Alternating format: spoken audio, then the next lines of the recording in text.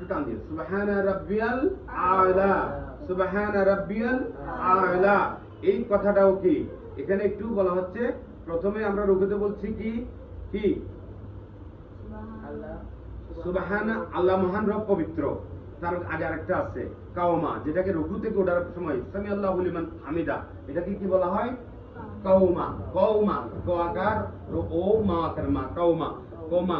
কাওমা মানে কি রুকু থেকে ওঠার সময় সামি আল্লাহ লিমান হামিদা, আল্লাহ তার কথা শুনেন, যে তার প্রশংসা করে।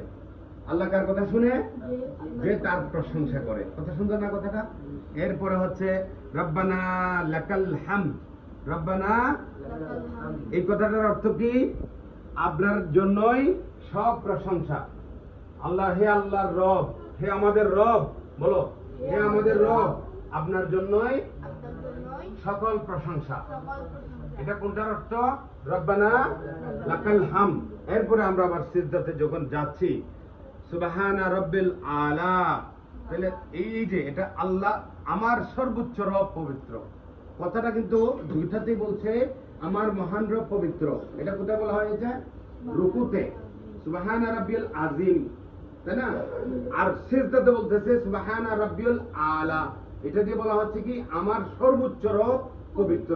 এখানে রবকে একটু সর্বোচ্চ গুরুত্ব দিয়ে বোঝানো হয়েছে, তাই না? ওখানে বলছিল আমার রব, আর এখানে বলতেছে আমার সর্বোচ্চ রব। তো এই জন্য আমরা যদি এখান থেকে শুরু করে, যেমন আমরা তাশাহুদের মধ্যে একটু আগে বলেছি, কি বলেছি? আমরা আল্লাহর সাথে আল্লাহর নবীর যে কৌতুককথন হয়েছিল, যেভাবে সম্ভাষণ করেছিল আল্লাহ নবী, আল্লাহকে কি বলে, কি আত্তাহিয়াতের মধ্যে কি বলেছে, সেটা আমরা একটু বঙ্গানুবাদ সেখানে একটু শোনার চেষ্টা করি। আমরা যেমন সালাম দিই, সাবির নবী সালাম না দিয়ে কি বলছিলেন? আত্তাহিয়াতু লিল্লাহি ওয়াস সালাওয়াতু ওয়াত তাইয়্যিবাতু, সব সম্মান, সব সম্মান, ইবাদত ও পবিত্র বিষয় আল্লাহর জন্য। কথা কি বলছে? কথাটা অনেক সুন্দর না? যদি বলতো আসসালামু আলাইকুম, তখন আল্লাহর উপরে, আল্লাহকে বলা কি যাবে? আল্লাহর, আপনার উপর আল্লাহর কি রহমত বর্ষিত হোক, এটা কি বলা যাবে? তো এটা না বলে আল্লাহ নবী বলছিল আত্তাহিয়াতু লিল্লাহি ওয়াস সালাওয়াতু ওয়াত তাইয়্যিবাতু, সব সম্মান, ইবাদত ও পবিত্র বিষয় আল্লাহর জন্য। এভাবে এরপরের ক্লজগুলা দিয়ে আল্লাহ আবার আল্লাহ নবীকে জবাব দিয়েছে। এইভাবেই আত্তাহিয়াতু মানে তাশাহুদটা তেলাওয়াত হয়েছিল। এর পরবর্তীতে আমরা দরুদ ইব্রাহিম পড়ি। দরুদ ইব্রাহিম মানে কি? আল্লাহুম্মা সাল্লি আলা মুহাম্মাদিন ওয়া আলা আলি মুহাম্মাদ কামা সাল্লাইতা আলা ইব্রাহিম ওয়া আলা আলি ইব্রাহিম। এখানে বলা হচ্ছে আল্লাহ তুমি আমাদেরকে কি করো? আল্লাহ আমাদের উপরে কি করো? আমরা মুহাম্মদ সাল্লাল্লাহু আলাইহি সাল্লাম ও তার পরিবার রহমত বর্ষণ করুন। আল্লাহ, হে আল্লাহ, আপনি আমাদের মুহাম্মদ সাল্লাল্লাহু আলাইহি সাল্লামের উপরে কি করুন? রহমত বর্ষিত করুন। যেভাবে কি করেছিলেন হযরত ইব্রাহিম আলাইহিস সালামকে করেছিলেন।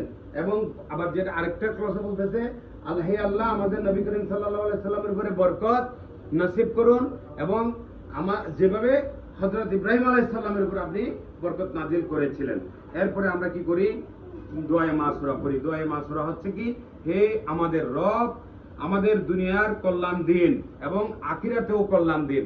এই কথাগুলো দোয়া মাসুরার মধ্যে বলা হচ্ছে। দোয়া মাসুরা কোনটা বলো তো?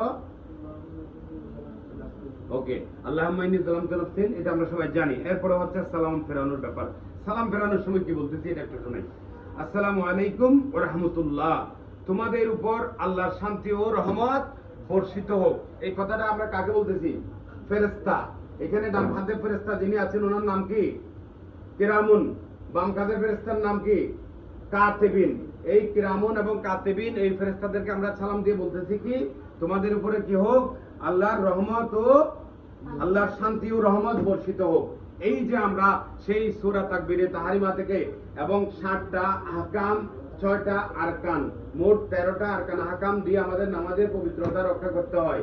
এর পরবর্তীতে আমরা সেই দাঁড়ানো এভাবে কি বলছি, তাকবীরে তাহরিমা থেকে শুরু করে বসা অবস্থায় 4টা অবস্থায় যে সালাম ফেরানো পর্যন্ত যে গুরুত্বপূর্ণ দোয়াগুলো আছে, কেরাতগুলো আছে, সেটা কেরাতগুলো মিলাইয়ে পড়তে হবে।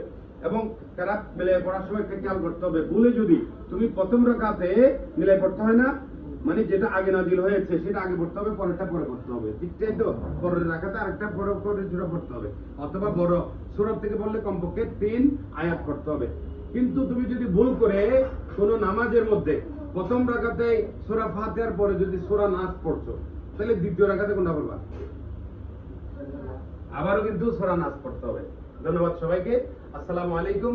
আমাদের সন্তানরা জানতে চেয়েছিল নামাজের মধ্যে যে ছোটখাটো ভুল ত্রুটিগুলো হয়, এটা কিন্তু সত্যিকার অর্থে আমাদের প্রত্যেকের জন্য দরকার আছে। আমি একজন গুনাহগার বান্দা, আমি রাশেদুল হক। আমি আপনাদের উদ্দেশ্যে আমার সন্তানদের চাওয়া থেকে, তোমার কাছে কেমন লাগেছে? তোমাদের কথা এভাবে আসো, চাই দিকে আসো, সবাই দাও। কেমন লেগেছে তোমাদের? আমাদের আলোচনার মধ্যে থেকে আজকে কিছু শিখতে পারছো? বলো, আমরা যে ছোটখাটো ভুলগুলো করতাম সেই ভুলগুলা কি সত্যিকার অর্থে সংশোধন হবে? সময়ে নামাজ সময়ে পড়তে হবে। একা একা নামাজ আল্লাহর সামনে দাঁড়িয়ে তাড়াহুড়া করা যাবে না। নামাজের মধ্যে তাড়াহুড়া করা যাবে নাকি আদবের সাথে পড়তে হবে? সূরা, তেলাওয়াত, তাসবিহ যেটাই করি সবকিছু আদবের সাথে করতে হবে। সবাইকে সালাম দাও।